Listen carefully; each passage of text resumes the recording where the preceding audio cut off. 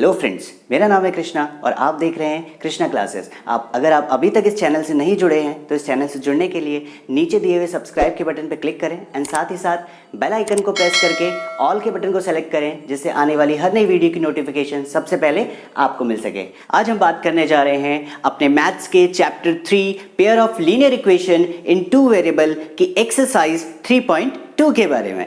तो चलिए शुरू करते हैं।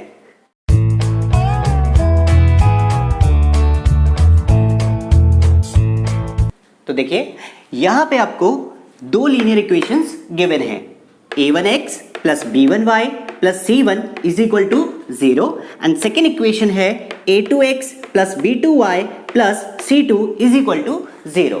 इन दो इक्वेशन से आपको कैसे पता लगेगा कि ये दोनों लाइंस एक दूसरे को एक पॉइंट पे इंटरसेक्ट करती हैं, या फिर ये दोनों लाइन एक दूसरे के पैरेलल हैं, या फिर ये दोनों लाइन एक दूसरे के ऊपर लाई करती है, मींस टू से कि एक दूसरे के जस्ट ऊपर आ जाती हैं। ठीक है, तो ये हमें कैसे पता चलेगा? तो देखिए, अगर यहां पर a1 upon a2 is equal to b1 upon b2 and is equal to c1 upon c2 होता है, अगर आपको इन तीनों coefficient a1 a2 b1 b2 and c1 c2 का रेशियो इक्वल मिलता है, तो आप कहेंगे कि ये जो लाइन है वो बिल्कुल एक दूसरे के ऊपर आ जाती है, यानी कोइंसिडेंट।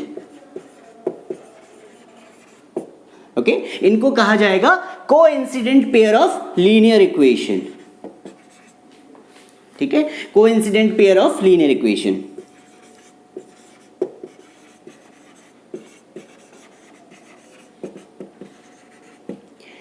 दूसरी चीज, सेकेंड कंडीशन, कि अगर a1 upon a2 is not is equal to b1 upon b2, sorry, अगर a1 upon a2 b1 upon b2 के इक्वल नहीं है, यानी अगर इन दोनों कोफिशिएंट्स के रेशियो इक्वल नहीं है, तो आप कहेंगे कि ये क्या है, ये इंटरसेक्ट करती हैं, इंटरसेक्ट एट अ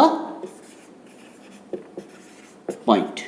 ओके, इसका मतलब कि आपको यहां पर इन दोनों लाइनों से एक सॉल्यूशन मिल सकता है। चलिए देखते हैं इसकी तीसरी कंडीशन। यहां पे हम लिख लेते हैं, ये आपकी कंडीशन 1 है, ओके, ये आपकी कंडीशन 2 है एंड कंडीशन 3। कंडीशन 3 क्या है कि अगर a1 अपॉन a2 इक्वल है b1 अपॉन b2 के, but not is equal to है c1 अपॉन c2 के, तो आप क्या कहेंगे? इस केस में आप कहेंगे कि ये लाइन है क्या है, पैरेलल है, parallel pair of linear equation. Okay, एक बात मैं आपको और बता दूं, यहां पे आप देख सकते हैं कि a1 अपॉन a2 इक्वल है b1 अपॉन b2 के एंड इक्वल है c1 अपॉन c2 के। अगर ये तीनों रेशियोज इक्वल आते हैं तो आप यहां पे एक बात और कह सकते हैं कि ये dependent pair of linear equation है। इसको हम लिख लेते हैं, dependent pair of linear equation. Okay, ये आपके dependent pair of linear equation भी कहलाते हैं। यहां पे देखिए a1 upon a2 not is equal to b1 upon b2। अगर ये not is equal to b1 upon b2 है, दैट मींस यहां पर एक सॉल्यूशन मिल रहा है, और अगर यहां पर एक सॉल्यूशन मिल रहा है तो आप इसको consistent pair of linear equation भी कह सकते हैं। तो देखिए इसको हम लिख लेते हैं यहां पर, consistent pair of linear equation. Okay, and last वाला आप देख सकते हैं, लास्ट वाले में आपको दिया है a1 upon a2 equal to b1 upon b2 but not is equal to c1 upon c2। जब a1 अपॉन a2 का रेशियो b1 अपॉन b2 के इक्वल होता है बट वो c1 अपॉन c2 के इक्वल नहीं होता, तो उस केस में आपको ध्यान रखना है कि वो दोनों लाइनें पैरेलल होंगी, यानी उसका कोई भी सॉल्यूशन नहीं मिलेगा। सिर्फ उन दोनों लाइनों के जो स्लोप हैं वो सेम है, जिस वजह से वो दोनों लाइनों में a1 अपॉन a2 और b1 अपॉन b2 का जो रेशियो है वो आपको इक्वल दिखता है। ठीक है, तो यहां पे आप क्या कहेंगे कि वो दोनों लाइनें पैरेलल है और इसको आप जैसे यहां हमने इसके लिए बोला था कि dependent pair of linear equation, and इसके लिए हम सेकंड कंडीशन में हमने बोला consistent pair of linear equation, क्योंकि यहां पे एक सॉल्यूशन मिल रहा था। अब यहां पे आप देख सकते हैं दोनों लाइनें पैरेलल हैं, इसका मतलब एक कोई भी सॉल्यूशन नहीं मिलेगा, क्योंकि वो दोनों लाइनें एक दूसरे को कट ही नहीं करेंगी। अगर वो कट नहीं करेंगी इसका मतलब कोई भी सॉल्यूशन नहीं मिलेगा, तो आप इसको कह सकते हैं inconsistent pair of linear equation. तो यहां पे इसको भी हम लिख लेते हैं,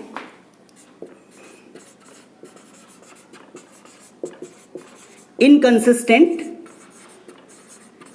pair of linear equation. Okay, तो ये हमारी तीन कंडीशंस हैं।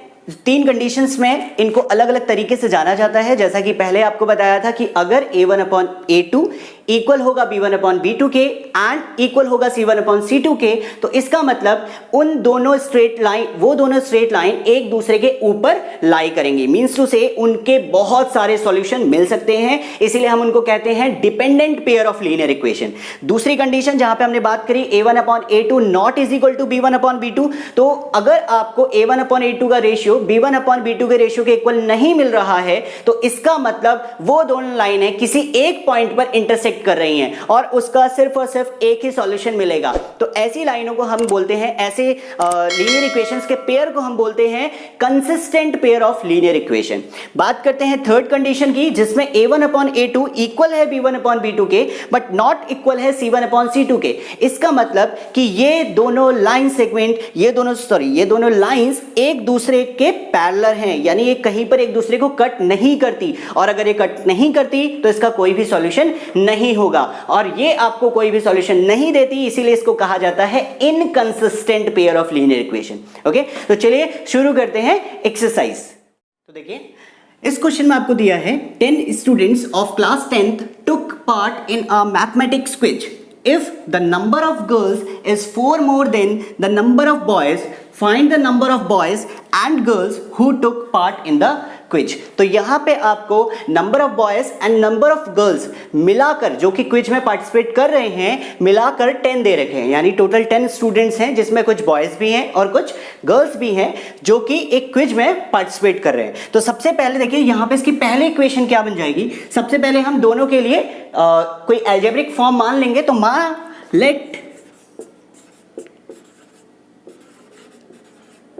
let the number of boys is equal to x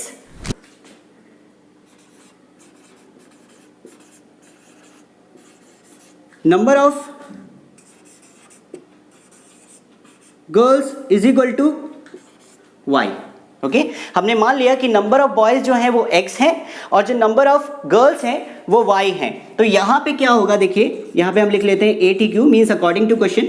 according to question वो देता है कि x प्लस y, अगर आप इन दोनों को जोड़ देते हो तो टोटल आपके पास 10 आ जाता है। ओके, एक कंडीशन तो ये बन जाती है, एक इक्वेशन आपकी ये बन जाती है। एक चीज आपको वो और दे रहा है, देखिए यहां पे क्या लिखा है, if the number of girls is 4 more than the number of boys. अगर गर्ल्स की संख्या बॉयज की संख्या से 4 ज्यादा है, यानी गर्ल्स जो हैं वो ज्यादा हैं और बॉयज कम हैं, तो मीन्स टू से हमने गर्ल्स क्या माना था, y माना था। अगर हम इस y में से, यानी इस नंबर ऑफ गर्ल्स में से नंबर ऑफ बॉयज यानी x को माइनस कर देते हैं तो कितना आना चाहिए, 4 आना चाहिए, क्योंकि गर्ल्स कितनी ज्यादा हैं, 4 ज्यादा हैं। तो अगर गर्ल्स में से हम नंबर ऑफ बॉयज माइनस कर देंगे तो हमारे पास 4 आना चाहिए। तो इक्वेशन बन जाती है y minus X is equal to 4। तो इसको हम बना लेते हैं अपनी सेकेंड इक्वेशन। ठीक है, अब इन दोनों इक्वेशन से आपको इसको ग्राफिकली सॉल्व करना है। तो तब तक मैं इस क्वेश्चन को मिटा देता हूं और इन दोनों इक्वेशन को साइड में लिख देता हूं, जिससे हम यहां पे ग्राफ में आपको दिखा पाएंगे कि किस तरीके से ये दोनों लाइनें शो होगी। ठीक है, और इसका सॉल्यूशन क्या मिलेगा। तो चलिए देखते हैं। तो देखिए यहां पे हमारे पास दो इक्वेशंस थी, हमने दोनों इक्वेशंस को यहाँ पे लिख लिया है ऑलरेडी, और इन दोनों इक्वेशंस के हमने 3-3 सॉल्यूशन भी लिख लिए हैं। ठीक है, तो यहाँ पे देखिए x और y, जैसा कि मैंने अपनी पिछली वीडियो में बताया था, अगर आपको ये सॉल्यूशन निकालने नहीं आते हैं तो आप डिस्क्रिप्शन में जाके मेरी पिछली वाली वीडियो का लिंक देख सकते हैं और वहाँ से आप उस वीडियो को देखकर पता कर सकते हैं कि किस तरीके से हम ये पॉइंट ड्रॉ करेंगे, कैसे ये पॉइंट्स को हम बनाएंगे। तो देखिए यहाँ पे जब हमने y की जगह पे 0 पुट किया, देखिए इस इक्वेशन में अगर हम y की जगह पे 0 पुट कर देंगे तो x प्लस 0 आपको क्या मिलेगा, x ही मिलेगा। तो x की वैल्यू इक्वल टू क्या मिल जाएगी, 10 मिल जाएगी। तो x की वैल्यू क्या मिल गई, 10 मिल गई। दूसरी तरफ देखिए जब हमने अब एक y की वैल्यू हमने 5 पुट कर दी, सपोज कीजिए y की वैल्यू हमने 5 पुट करी, तो ये 5 हमने जब यहां रखा तो ये इक्वल की दूसरी तरफ जाएगा नंबर के साथ, तो ये 10 माइनस 5 हो जाएगा। तो 10 माइनस 5 कितना होता है, 5 होता है। तो x इज इक्वल टू आपको क्या मिल जाएगा, 5 मिल जाएगा, ठीक है। एंड तीसरी वैल्यू में हमने x को 0 रख दिया। तो x जब आपने 0 रखा तो 0 plus y is equal to 10, यानी y इज इक्वल टू क्या मिल जाएगा, 10 मिल जाएगा, क्योंकि अगर आप 0 में y ऐड करेंगे तो y ही मिलेगा आपको। तो y इज इक्वल टू 10 हो जाएगा। तो y की वैल्यू आ गई 10। तो इस तरीके से 3 कोऑर्डिनेट हमने इसके लिए निकाल दिए हैं एंड 3 कोऑर्डिनेट हमने दूसरे इक्वेशन के लिए निकाल दिए। दूसरी इक्वेशन के लिए भी आप कोऑर्डिनेट एक बार देख सकते हैं। y minus X is equal to 4 है। सबसे पहले हमने x इज इक्वल टू 0 रखा। जब आप यहाँ पे 0 रखेंगे तो y minus 0 is equal to 4, तो क्या मिलेगा, y में से अगर आप 0 माइनस करेंगे तो y ही मिलेगा। तो y इज इक्वल टू 4, तो y की वैल्यू आ गई 4। दूसरी बार हमने क्या किया, y को 0 रख दिया। तो जब हमने y को 0 रखा तो 0 minus X is equal to 4। तो आपको इस x को पॉजिटिव करने के लिए क्या करना होगा, x को दूसरी तरफ ले जाना होगा या फिर माइनस से दोनों तरफ मल्टीप्लाई करनी होगी। तो हम माइनस से दोनों साइड मल्टीप्लाई कर लेंगे, तो माइनस, और जब इधर माइनस से मल्टीप्लाई करेगा तो माइनस माइनस प्लस हो जाएगा, एंड जब 4 से मल्टीप्लाई करेगा तो माइनस का 4 हो जाएगा। इसका मतलब x इज इक्वल टू -4 मिल जाएगा। तो देखिए यहाँ पे x की वैल्यू -4 आ चुकी है।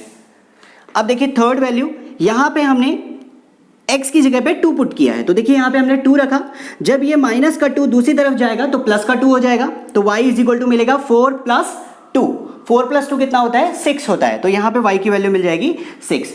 अब इन दोनों लाइंस के जो कोऑर्डिनेट्स हैं, इन कोऑर्डिनेट्स को हम ग्राफ पे प्लॉट करते हैं। तो देखिए ये कहाँ पर आएंगे, सबसे पहले 10,0, x पर 10, y पर 0। तो x पे 10 फिलहाल हमारे यहाँ पे है नहीं, तो हम इसको आगे बढ़ा लेते हैं। ये देखिए हो गया 8, 9 एंड यहां कहीं 10 आ जाएगा आपका, ठीक है। तो हमने 10 तक आगे बढ़ा लिया है।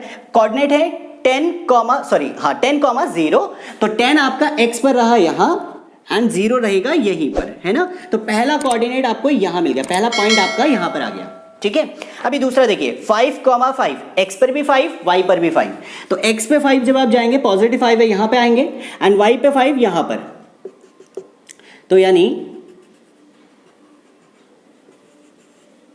ये पॉइंट यहां कहीं पे मिलेगा, ठीक है। ये आपको सेकंड पॉइंट यहां पर मिल जाएगा। अब बात करते हैं थर्ड पॉइंट की, जहां पे x 0 है एंड y 10 है। तो x 0 कहां पर होगा, x 0 यहीं पर होगा, एंड y पॉजिटिव 10 है यानी ऊपर की तरफ। तो ध्यान दीजिए यहाँ पे 7 है, अभी हमें इसको और आगे बढ़ाना होगा, तो हम इसको और आगे बढ़ा लेते हैं। ये 8 हो गया, ये 9 हो गया, और यहाँ पे हम फिलहाल 10 मान लेते हैं, ठीक है। ये 10 हो गया, तो ये कोऑर्डिनेट आपको यहां पर मिल जाएगा, ठीक है। तो 0,10 हो गया, 0 यही रहेगा x पर, एंड y पर 10 जाना है, तो इसी लाइन पर, इस लाइन पर आपको y एक्सिस पे आपको कोऑर्डिनेट मिल जाएगा, ठीक है। ये कोऑर्डिनेट हो जाएगा 0,10। अब देखिए इन तीनों पॉइंट्स को मिलाती हुई हमने एक लाइन बना देनी है। तो देखिए यहां से एक लाइन आएगी कुछ इस तरीके से, ठीक है। जब आप इसको ग्राफ पे प्लॉट करेंगे तो आप देखेंगे कि बिल्कुल स्ट्रेट लाइन बन जाएगी, ठीक। इसी तरीके से अब हम दूसरी वाली इक्वेशन को देखते हैं। तो यहां पे 0,4 फर्स्ट कोऑर्डिनेट है, x पर 0, y पर 4, पॉजिटिव 4 है, ध्यान रखिएगा। तो y पे पॉजिटिव 4 आपको यहां मिलेगा, एंड x 0 आपका यहीं पर होता है। तो ये आपका कोऑर्डिनेट, पहला पॉइंट जो है वो यहां आ जाएगा, ठीक है, 0,4 पे। अब दूसरा देखते हैं, दूसरा है -4,0, x पर -4। माइनस कहां की तरफ होता है, इधर की तरफ, यानी यहां पर आएगा -4, एंड 0 यही होता है, तो इसी पर, यहीं पे ये जो कोऑर्डिनेट है ये हो जाएगा -4,0। एंड लास्ट कोऑर्डिनेट जो इसका है वो है 2,6, x पर 2, y पर 6। तो x पर 2 कहां पर है, x आपका पॉजिटिव 2 यहां पर है, एंड y पर 6 पॉजिटिव कहां पर है, यहां पर है। तो इसी की सीध में अगर आप इस तरीके से बिल्कुल सीधा ऊपर चले जाएंगे 6 तक, यहां पे आपको पॉइंट मिल जाएगा, ठीक है। ये आपका पॉइंट हो जाएगा कौन सा वाला, 2,6 वाला। अब आप देख सकते हैं कि इन तीनों पॉइंट को मिलाती हुई भी एक स्ट्रेट लाइन बन जाएगी। तो फिलहाल हम यहां से बना लेते हैं इसको पहले। कुछ इस तरीके से लाइन बन जाएगी और ये लाइन को अगर आप आगे बढ़ाएंगे तो ये यहां कहीं पर कट कर रही है। तो आप देखिए कि ये आपका 3 एंड यहां से आपका 7 के आसपास यहां पे कट करेगी, यानी जो इसके कोऑर्डिनेट मिलेंगे x पे कितना है 3 है एंड कॉमा y पे कितना है 7 है। ठीक है, तो यानी कोऑर्डिनेट मिल जाएंगे 3,7। अब देखिए यहां से नंबर निकालना कितना आसान है। आपने क्या माना था स्टार्टिंग में? हमने माना था कि नंबर ऑफ बॉयज जो है वो हमने कितने माने थे? x माने थे, और नंबर ऑफ गर्ल्स जो है वो कितनी मानी थी? ये हमने मानी थी y। तो नंबर ऑफ बॉयज अगर हमने x माने थे तो यहां पे x पे कोऑर्डिनेट क्या आ रहा है? 3 आ रहा है। इसका मतलब नंबर ऑफ बॉयज कितने होंगे? 3 होंगे। And number of girls y मानी थी, क्या है y पे कोऑर्डिनेट? 7। इसका मतलब नंबर ऑफ गर्ल्स कितनी होंगी? 7 होंगी। तो इस तरीके से आप किन्हीं भी दी हुई दो लीनियर इक्वेशन से उनका सॉल्यूशन निकाल सकते हैं। तो इस तरीके से हमने देखिए ग्राफिकल मेथड से इनका सॉल्यूशन निकाल दिया कि नंबर ऑफ बॉयज जो होंगे वो 3 होंगे एंड नंबर ऑफ गर्ल्स जो होंगे वो 7 होंगे। ठीक है, तो चलिए अब चलते हैं अपने दूसरे क्वेश्चन की तरफ। देखिए आपका नेक्स्ट क्वेश्चन है 5 pencils and 7 pens together cost ₹50, whereas 7 pencils and 7 pens together cost ₹46. Find the cost of 1 pencil and that of 1 pen. तो यहाँ पे आपको कह रहा है कि 5 pencils और 7 pens की एक साथ जो कॉस्ट है वो ₹50 है और 7 पेंसिल्स और 7 पेन्स की जो कॉस्ट है मिलाकर वो ₹46 है। तो एक पेंसिल की क्या कॉस्ट होगी और एक पेन की क्या कॉस्ट होगी? तो देखिए सबसे पहले यहां पे हम मान लेते हैं let cost of 1 pencil is equal to x, और इसी तरीके से हम मान लेते हैं cost of 1 pen is equal to y। ठीक है, अब अकॉर्डिंग टू क्वेश्चन देखिए यहां पे आपको दिया था 5 पेंसिल्स एंड 7 पेन्स। अगर एक पेंसिल की कॉस्ट x रुपीस है तो 5 पेंसिल्स की कॉस्ट क्या होगी? 5 इंटू x यानी 5x एंड प्लस इसमें पेन्स की कॉस्ट को ऐड करना है। कितने पेन्स की? 7 पेन्स की। एक पेन की कॉस्ट है y रुपीस तो 7 पेन की कॉस्ट कितनी होगी? 7y। जब इन दोनों कॉस्ट को जोड़ दिया जाता है तो आता है 50 यानी इज इक्वल टू 50। इसी तरीके से ये आपकी हो गई फर्स्ट इक्वेशन एंड इसी तरीके से आप दूसरी इक्वेशन देखिए, दिया है 7 पेंसिल्स एंड 7 पेन्स यानी 7x plus 7y is equal to 46। ये आपकी हो गई इक्वेशन 2। अब जैसे मैंने अभी इससे पहले वाले क्वेश्चन में आपको बताया कि किस तरीके से लीनियर इक्वेशन बनाई थी, उसके बाद उनकी वैल्यूज निकाली थी, फिर ग्राफ में उनको प्लॉट किया था, जहां पर वो दोनों स्ट्रेट लाइन एक दूसरे को कट कर रही थी वो उसका सॉल्यूशन था। ठीक है, यानी वहां पर x और y के जो कोऑर्डिनेट होंगे वहीं x और y की वैल्यू होगी। तो वहां पे यहां पे जब आप इसको सॉल्व करेंगे तो आप पिछले क्वेश्चन के अकॉर्डिंग इसको सॉल्व कर सकते हैं। सॉल्व करने के बाद आपको दो स्ट्रेट लाइन मिलेंगी, वो स्ट्रेट लाइन है ग्राफ पे जहां पे काटेंगी वहां पे x और y के जो कोऑर्डिनेट होंगे वो cost of 1 pencil and cost of 1 pen को रिप्रेजेंट करेंगे। ठीक है, तो अब चलते हैं अपने क्वेश्चन नंबर 2 पर। देखिए दूसरे क्वेश्चन की तरफ बढ़ने से पहले एक बार पहले नजर मान लेते हैं अपनी तीनों कंडीशंस पे। तो पहली कंडीशन थी a1/a2 not is equal to b1/b2। जब दोनों रेशियो इक्वल नहीं होंगे तो आप कहेंगे इंटरसेक्ट एट अ पॉइंट, यानी वो दोनों स्ट्रेट लाइन एक दूसरे को किसी एक पॉइंट पे कट करेगी। दूसरी condition a1/a2 equal to b1/b2 but not is equal to c1/c2। Means two से उन लाइंस के स्लोप इक्वल हैं, वो दिखती एक तरफ एक जैसी है लेकिन है नहीं, वो एक दूसरे के ना ही ऊपर है और ना ही आगे जाके एक दूसरे को काटने वाली हैं। इसका मतलब वो दोनों लाइनें पैरेलल हैं, तो यहां पे हमने लिख दिया पैरेलल। तीसरी condition a1/a2 equal to b1/b2 and equal to c1/c2। जब तीनों ही रेशियो इक्वल होंगे इसका मतलब वो दोनों लाइन कोइंसिडेंट होंगे, मींस टू से एक दूसरे के ऊपर आएंगी, वो दोनों लाइनें एक दूसरे के ऊपर आएंगी। यानी इसमें आपको इनफाइनाइट मैनी सॉल्यूशंस मिल सकते हैं। ठीक है, बहुत सारे सॉल्यूशन मिल सकते हैं। तो देखते हैं इसका पहला क्वेश्चन था आपका 5x - 4y + 8 = 0। जब आप इस इक्वेशन को कंपेयर कराएंगे a1x plus b1y plus c1 is equal to 0 से, तो यहां से आपको a1 मिलेगा 5, आपको b1 मिलेगा -4 एंड आपको c1 मिलेगा 8।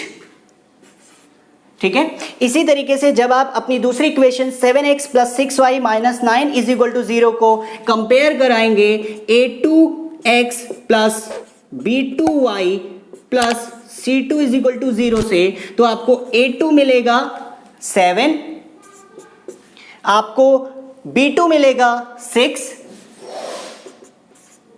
एंड आपको c2 मिलेगा -9। ठीक है, तो यहां पे आपको तीनों वेरिएबल्स की जो वैल्यूज हैं वो मिल चुकी हैं दोनों इक्वेशंस के through.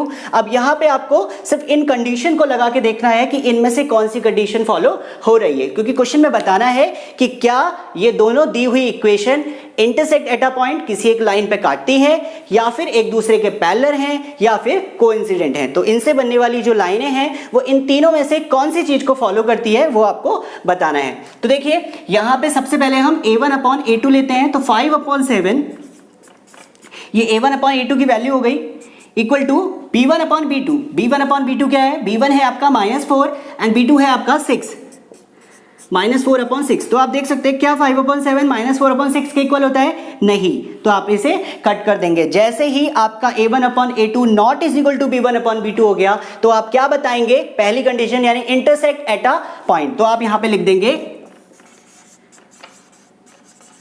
Intersect at a point. Okay, तो इसी तरीके से आप इस क्वेश्चन नंबर 2 के बाकी पार्ट्स को भी सॉल्व कर सकते हैं, जिसमें आपको इन तीनों कंडीशंस में से अगर कोई भी जो कंडीशन फॉलो होगी, जो कंडीशन सेटिस्फाई होगी, उसके थ्रू बताना है कि वो इंटरसेक्ट एट अ पॉइंट है, या फिर वो पैरेलल है, या फिर वो कोइंसिडेंट है। अब चलते हैं अपने थर्ड क्वेश्चन की तरफ।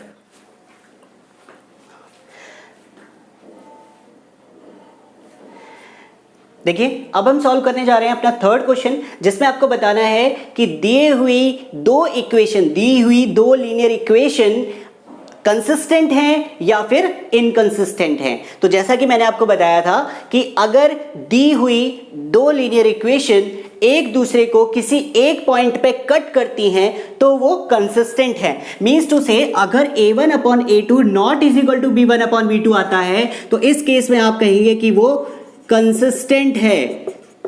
ओके, वो consistent pair of linear equation है, consistent pair of linear equation. और अगर वो दोनों लाइन एक दूसरे को किसी भी पॉइंट पे कट नहीं करती, तो आप बताएंगे कि वो क्या है? Inconsistent pair of linear equation है। जैसा कि मैंने बताया था वो पैरेलल में फॉलो होगा। अगर दोनों लाइनें पैरेलल हैं, इसका मतलब वो कहीं पर भी एक दूसरे को कट नहीं करेंगी, तो इसका मतलब वो क्या हो जाएंगे? Inconsistent pair of linear equation.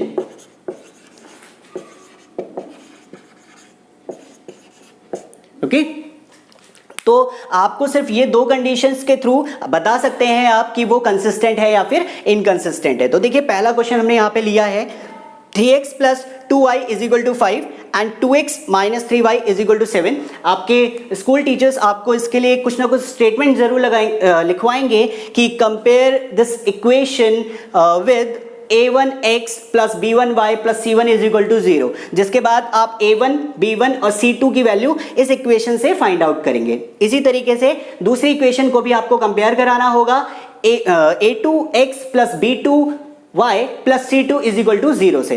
तो देखिए पहले हम इसे स्टैंडर्ड फॉर्म में कन्वर्ट कर लेते हैं। जब हम इसे स्टैंडर्ड फॉर्म में कन्वर्ट करेंगे तो हमें c को लेफ्ट हैंड साइड की तरफ लाना होगा। तो हम इसको लिखते हैं 3x plus 2y -5 is equal to 0। इसी तरीके से जो दूसरी इक्वेशन है ये आपकी बन जाएगी 2x माइनस 3y एंड 7 जब इधर आएगा तो माइनस का 7 इज इक्वल टू 0। अब देखिए मैं डायरेक्टली इक्वेशंस में आपको करके दिखा देता हूं। कंपैरिजन वाला जो भी स्टेटमेंट होगा वो आप अपने स्कूल टीचर्स के अकॉर्डिंग लिख लीजिएगा। हम डायरेक्टली यहां पे करके देखते हैं। 3/2 सबसे पहले हमने लिखा a1/a2 ओके इक्वल टू 2/-3। क्या ये होता है क्या 3/2 2/-3 के इक्वल होता है? नहीं होता है, यानी नॉट इक्वल टू। अगर ये नॉट इक्वल टू है इसका मतलब कि इसका एक सॉल्यूशन होगा, और अगर इसका एक सॉल्यूशन होगा इसका मतलब ये consistent pair of linear equation है। तो यहां पे आप बता सकते हैं कि consistent pair of linear equation, consistent pair of linear equation. ठीक है, तो देखा कितना आसान है। अब इसी तरीके से अगर इसका एक पार्ट और हम ले लेते हैं, इसका एक पार्ट और ले लेते हैं हम,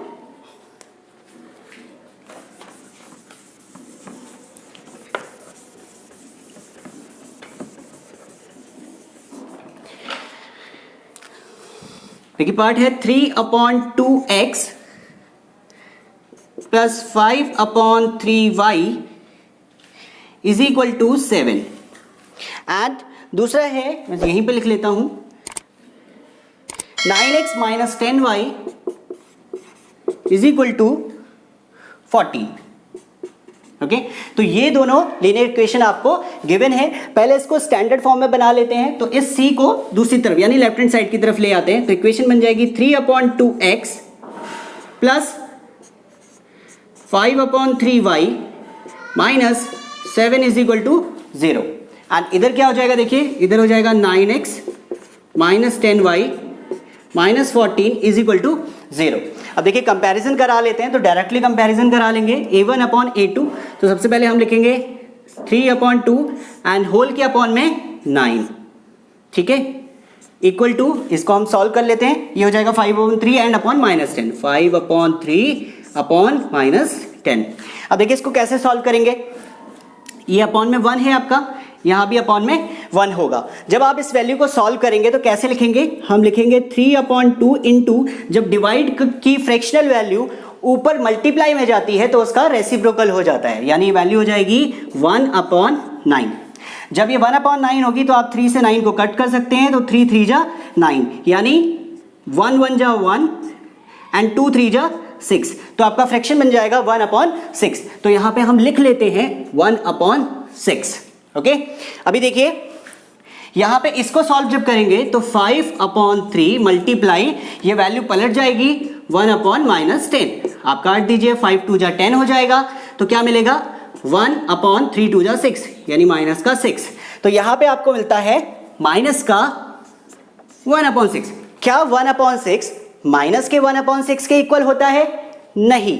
तो इसका मतलब यहां पर भी जो आपने इक्वल का साइन लगाया था आप उसको कट कर देंगे, नॉट इज इक्वल टू। ठीक है, तो यहां पर भी आपने देखा कि नॉट इज इक्वल टू आ गया, इसका मतलब कि ये क्या है, इसका एक सॉल्यूशन आपको मिलेगा, और अगर एक सॉल्यूशन मिलेगा तो ये एक consistent pair of linear equation है। ठीक है, आई होप कि आप अब इस एक्सरसाइज के बाकी के क्वेश्चंस और इस क्वेश्चन के बाकी के पार्ट्स को आसानी से सॉल्व कर पाएंगे, क्योंकि सारे क्वेश्चंस में सिर्फ आपको यही बताना है कि दी हुई लीनियर इक्वेशंस क्या कंसिस्टेंट हैं या फिर इनकंसिस्टेंट हैं, या इसके अलावा आपको ये बताना पड़ सकता है कि वो जो लाइंस हैं वो इंटरसेक्ट एट अ पॉइंट है, यानी वो एक पॉइंट पे इंटरसेक्ट करती हैं, या फिर वो पैरेलल हैं, एंड थर्ड कंडीशन या फिर वो कोइंसिडेंट है, मींस टू से एक दूसरे के ऊपर लाई करती हैं, जहां पे आपको इनफाइनेटली मैनी सॉल्यूशन मिल जाएंगे। तो इस एक्सरसाइज 3.2 के जितने भी क्वेश्चन हैं, आई होप कि आप अब वो सारे क्वेश्चन सॉल्व कर पाएंगे। अगर आप फिर भी किसी क्वेश्चन को करने में प्रॉब्लम फेस करते हैं तो आप कमेंट सेक्शन में कमेंट करके उस क्वेश्चन को पूछ सकते हैं। अब मिलते हैं अपनी नेक्स्ट वीडियो में, तब तक के लिए गुड बाय।